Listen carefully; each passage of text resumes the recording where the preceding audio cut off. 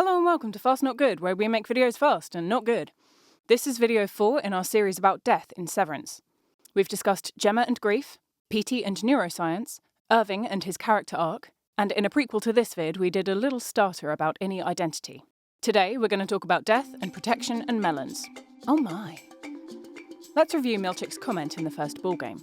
I think this is a good time to remind ourselves that things like deaths happen outside of here, not here.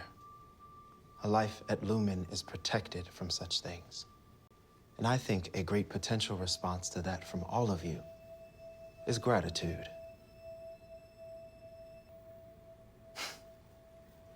I also think that melon isn't getting any tastier. Okay, so where do things like deaths happen? What does Milchick mean by protected? Why melons? Question the first. Where do things like deaths happen? We've already discussed the slipperiness of death as it's depicted in Severance. It's still thanatophobic as heck. There is still only one example of a character who's really, truly dead. Everyone else has a question mark. Gemma is still around, materially, and Ragabi says, "The Gemma you know is still in there." Bit of a revelation there, big if true. PT might still exist somewhere, maybe. That's PT. It seems like perhaps Cobell is clinging onto the chip for more than just sentimental value. If things like deaths happen outside of here, where is that? And why is there a shelf full of bereavement kits, prepped, presumably, to hold a funeral for any innie at a moment's notice? The innies are increasingly using language related to death and dying, rather than relying on euphemism. And quitting would effectively end your life, in so much as you've come to know it. But we knew Carol D was leaving beforehand. Petey was just gone. I'm going to leave, Dylan. It is not leaving, so stop fucking calling it. I know. They're my friends. You can't just make them disappear. They could kill her. Irving is still dead. Irving was your friend, and he's dead. Pretty big change compared to the Season 1 vernacular of leaving, retiring, transformation and such. But, as we've untangled in previous videos, the equation of leaving or retiring with dying is not entirely accurate. The chips stay in, so could be reactivated, so the deceased person could be restored. It's an impermanent and unreliable state of death. Look at 5X. Unreliable deaths. Milchick dragged them back from the beyond with 2 days' notice. But before, when the 5X branch was closed, the severed employees would presumably have been notified of their imminent non-existence. Existence as an innie is conditional. They may exist on the condition of sufficient output. The branch was presumably not performing sufficiently, and as a result, all of the innies were blipped out. I feel like this nuance is an underspoken contributor to the horror behind the severance concept. The real incentive for innies to keep working isn't finger traps or caricatures, it's the permission to keep living. Anyway, Gwendolyn Y and Mark W don't seem particularly fazed by their re-existence. Mark W especially. I thought I'd be permanently retired when my branch shut down. So this is a nice surprise. He might just be an alarmingly unrattleable character, but he seems really chill about how he was retired. Like, probably he had the spectacle of finality, the whole shebang, something similar to what Bert had. And then he was brought back. It's like the innies at 5X didn't get the opportunity to really grasp leaving and endings and the very notion of finality. So restoration of existence doesn't come across as much of a shock. And they sure didn't get any finality the second time around. After Mark seized the God board and prayed for the restoration of his actual friends. Okay, well, I don't think you should feel bad at all. Feel bad? Yeah, for ending their lives. Fuck 'em. R.I.P. 5X team? Or is it just an au revoir? Things like deaths happen outside of here. Where do deaths happen? There's a potential philosophical argument that innies die every time they get into the elevator and are restored to life every time their outies choose to return to work. So is the location of death the spatial point of deactivation during the elevator trip? Demonstrably not really, because the spatial aspect is disproved by the OTC and speculations about the other contingency protocols. And the specially spatialised setup of the severed floor is thrown into question by the ORTBO. Some folks theorise that none of the ORTBO was real, that it was simulated, holographic, or in any other way didn't take place in the real material plane. Whilst I don't want to yuck anyone's yum, I don't personally find those ideas to be interesting or persuasive. I think it's plausible that Lumon had the power and resources to either establish an outdoor zone, equipped with severance activation points like the elevators, over an extended area, or activated the MDR team's chips, as we know they can do, without the need for spatial activation. So the point about spatialised death is a bit of a non-starter. But we're here talking about the ORTBO now. Hope you enjoyed that smooth segue. We never discussed the seal. That was a thing. That was, feasibly, the team's first experience with a dead thing. What was yours? Can you remember? Mine was probably ants.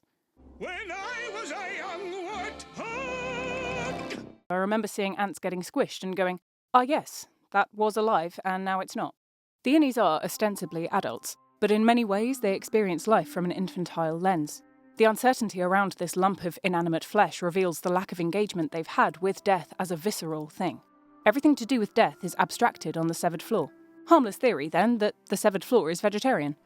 We don't see what's in the bag lunches, but there's a possibility that giving innies meat could lead to thoughtful ruminations about where meat comes from, and get them thinking about death, or remembering that death exists, and that would be totally damning for workplace productivity. So enjoy your egg sandwiches, kids, because Things like deaths happen outside of here. just while we're here, what action was effected when Milchick said, now? We saw Irving's eyes close.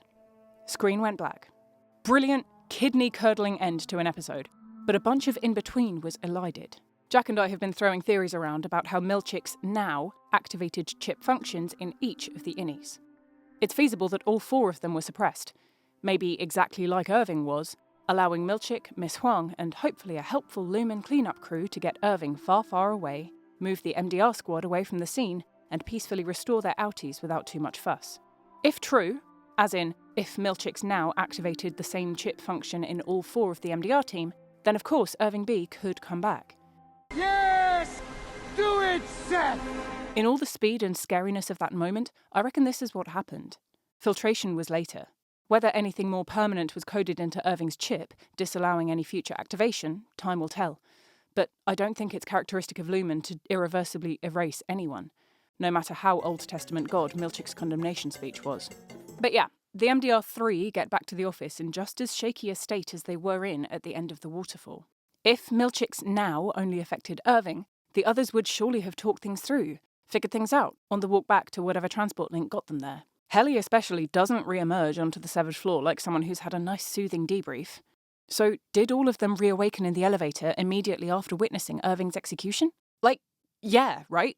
So when were the outies reawakened after the calamitous ORTBO? A bit of time later. Not long enough for Mark to get completely dry. Efficient cleanup squad. Guess everyone was taken straight home or straight back to HQ? I don't know. And maybe we'll come back to this bit of lost time in a future episode, but it feels like a very, very important bit of lost time. So please chuck us a comment if you've got any thoughts. Anyway, yeah, popping back to our original Milchick, a thing like death did indeed happen outside of the severed floor. Not death per se, a thing like death. Probably. Maybe. It's still reversible until proven otherwise. So, Question the second. what did Milchick mean by protected? If, A life at Lumon is protected from such things. why are they so ready with the death mugs? Were we onto something with our speculation in the PT vid? That the chips broadcast consciousnesses for storage in neutral brains hosted somewhere at Lumon? What exactly does Milchick mean by protected? It doesn't look like that protection extends to all innies. We don't yet know why the mammalians were so ready to meet death. Are you here to kill me? And, indulging Old Testament God Milchick for a sec, Irving's unforgivable action meant that he was no longer deserving of the protection. Dylan demanded a funeral. Not a retirement party. A funeral. Innie Dylan sees these as 2 separate rituals and emphasises that distinction. A distinction that Lumon often purposefully blurs. It's a useful and valid distinction, though. Where retirement parties are about continuation in other forms, the innie self goes to be with Kier, the outie self continues to live on the outside, funerals are about the complete cessation of life. Milchick condemned innie Irving to complete obliteration. That's not a peaceful transition into another phase of being.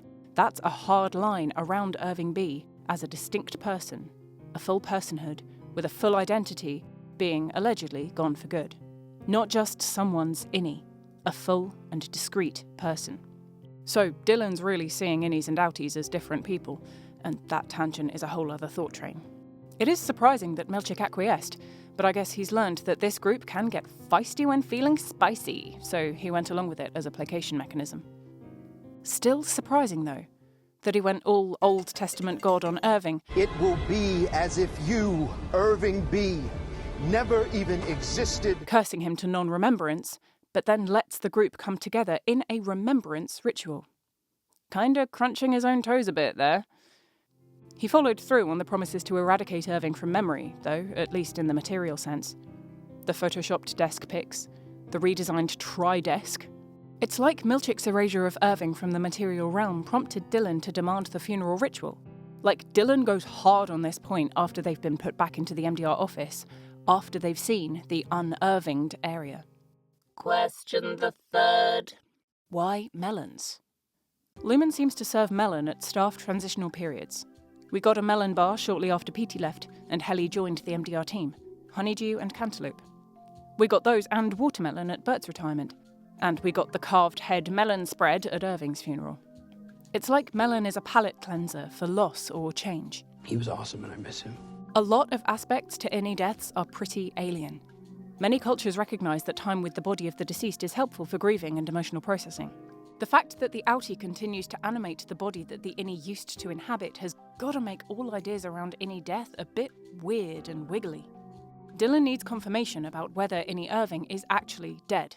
I repeat myself, where is Irving? I love how much of a spectacle Milchick made at the waterfall. I love the drama of it all. And I love that Dylan has to ask again. Totally undercuts the public smiting. But yeah, when Milchick confirms that innie Irving won't be coming back, and he seems actually sad about this, like it's the one bit that he doesn't hold eye contact for.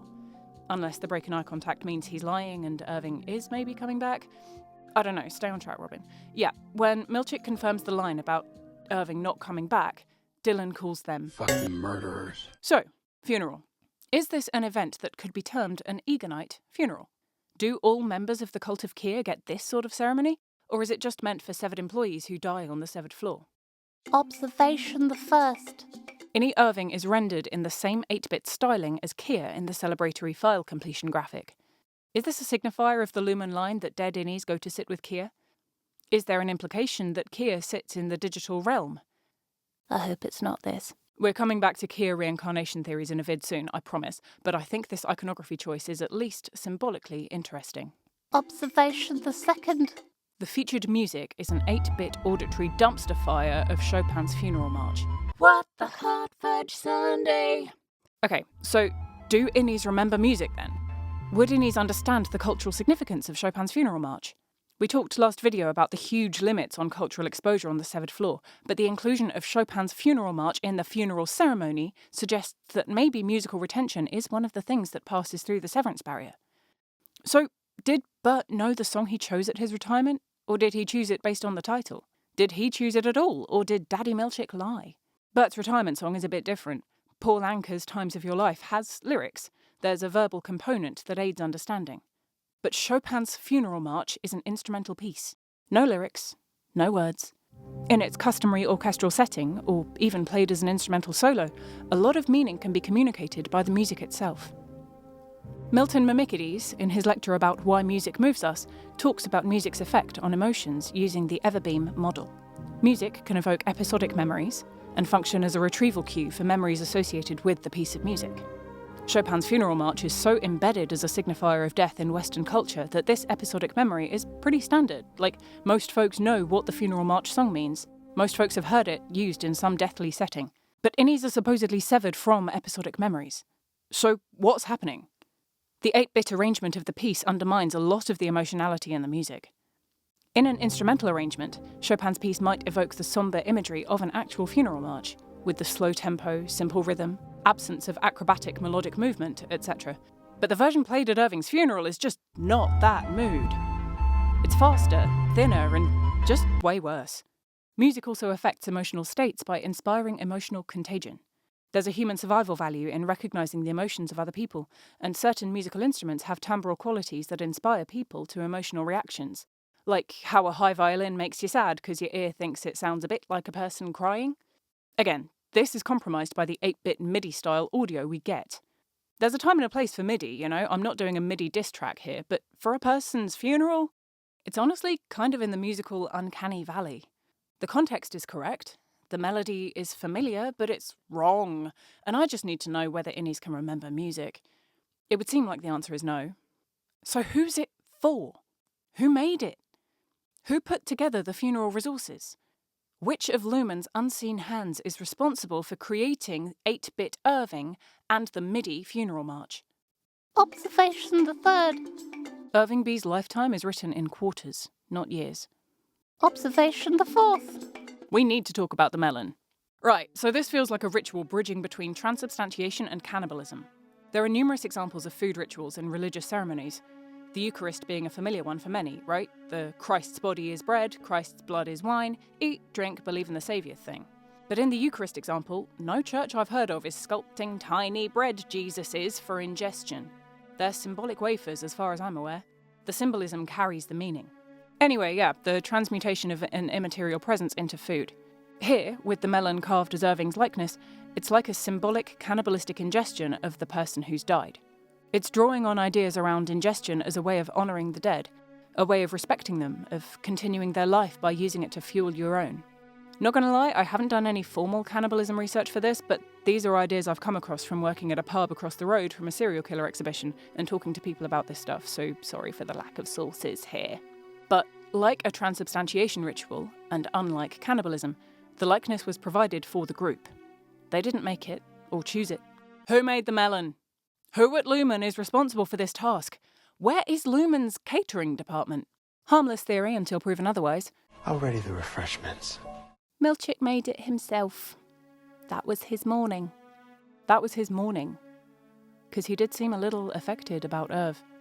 Any food spectacle like this is a demonstration of wealth and resources. There's an inevitable amount of wastage from the offcuts. There's a necessary time consumption. There's an impressive amount of skill. It's a masterpiece, really. The details. It's harrowing. It's beautiful. I've been trying to find examples of recreating people's likenesses into foodstuffs for ingestive ritual purposes, and honestly, coming up blank. There are some comparable practices for other purposes, but nothing maps neatly onto Lumon's melon head thing. You gotta think about Archimboldo's Summer when you're thinking about fruit head. Absolute gem from 1572. This is a depiction of a man in the prime of his life, and I get it, this here is peak performance. Then there are jack-o'-lanterns, of course. Traditionally, they're not aspiring for a realistic likeness of a departed colleague, but the lore here is still cool, and I didn't know this before today, so yeah. The pumpkin carving thing is based on an Irish myth about Stingy Jack. This person allegedly tricked the devil for monetary gain. As a result, he wasn't permitted to enter heaven or hell when he died, so he was sentenced to wander the earth for eternity. Originally, folks started carving demonic faces into turnips to deter this wandering spirit from entering their house. When Irish communities moved to America, the demon face carving was transferred from turnips to the pumpkins that grew in North America. The more you know. But these turnips and pumpkins aren't eaten after carving. In Thailand especially, and other Asian countries, Malaysia being one of them, there's an elaborate fruit carving tradition from at least the 14th century. Chefs for royalty or nobility were expected to create delicious and beautiful and fantastical food. These displays could be presented as religious offerings, used as wedding or banquet displays, or submitted for judgment at competitions. But I can't find anything about carving a person's likeness for ritual ingestion at a funeral ceremony. So yeah, pointers appreciated if you know things that I don't know yet. I also think that melon isn't getting any tastier. Yeah, fair. Unlike a carved turnip or pumpkin, the melon head isn't made to last. It's there to be eaten. Helly isn't seen eating any melon. Mark has a cube from the head and chews it very thoroughly. Dylan's chowing down on a chunk with an ear on it, but eating around the carved part, not going for the bit that looks too eerie. Nobody chooses the melon balls at the side. The two who do partake in melon ingestion choose to partake from the likeness. Why? Is ingestion of the melon head a way of materializing and resolving their continuing feelings of connection with Irv? The metabolization of their lost companion? The digestion of grief? It brings up some weird stuff for Mark. He's not dead, he's just not here. Looks like it pushes him into a confusion that's got a lot in common with Outie Mark's murky reframe about Gemma. She's not dead, she's just not here. And Mark doesn't really know what to do with this. The Egonite funeral is arguably a dissatisfying way of marking a person's death. We're told that it's usually reserved for people who die on the severed floor, but is that a literal death or a Lumon death? I don't trust it. But it's not like a more typical funeral, where the body is physically there. Like, seamless segue again, Petey's funeral. The body was physically there, in the presence of all the mourners. This was shot at a Lutheran church, by the way. Speaking of Lutheranism, shall we chat about the revelation in episode 6? So the church's stance is that innies are complete individuals with souls. Let's go! Alright, so how does this line up with the non-death of it all? Because innies can be restored until the body ceases to be animate, until the person fully dies. If there's a potential for Petey's chip to restore some form of Petey, then even that's not a given. So, a few avenues here. Route 1, in the Lutheran pastor's alleged view, innies get a little dip to heaven whenever they're deactivated from work.